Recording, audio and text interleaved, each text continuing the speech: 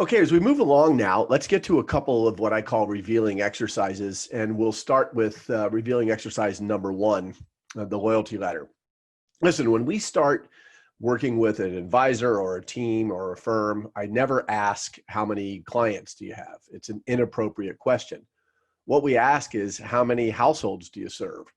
So you might jot that down someplace on a piece of paper if you're tracking along with me here. And so that's the larger number. And then we want to break it down into three categories: customers, clients, advocates. And you see them there on the screen.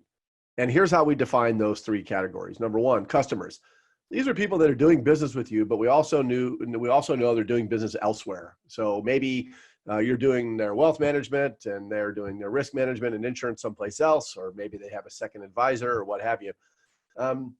I'm not disrespecting the revenue that these folks generate, but typically we know that these relationships are a matter of timing and or convenience.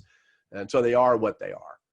The second group, clients. And this is an important group. We define them this way. They empower you fully. They do all their wealth management and risk management with you, but they don't introduce anyone. So jot this down. We call them the movable middle, and I'm going to get back to them in just a minute. And then finally, the third category, and obviously very important, are advocates. These are the dream clients. These people empower you fully. You are the personal CFO. They do all their business with you, and they talk about you to anyone who will listen. So we deal with all different kinds of firms, different size firms, and we have a couple right now that we're working with that are in excess of 500 households, and we have several that I can think of right now, that like 3 that are less than 75, and all of them are stellar practices. So the size of the practice has nothing to do with its efficiency or success. But having said all that, the average size group that we work with is about 200 households. And if that was the case, this is almost an absolute. This is how the numbers would break down. 200 households, 60 customers, 130 clients, and 10 advocates. And we actually have some firms that tell us they don't even take on new relationships. They don't take on customers at all. You have to be empowering us fully even to get into the firm. And I kind of like that idea, but this is more typical. Now, let's look at the 130 clients and the 10 advocates. And remember, if you've tracked along with me here, that there's a difference between clients, whether or not they can talk about you or that they feel compelled to do so.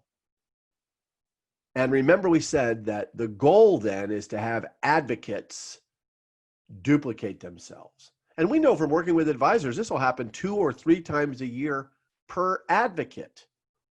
Now, I'm almost willing to make this promise, this guarantee to you, that look at the client group that you have written down. I don't care what the number is. Here it's 130.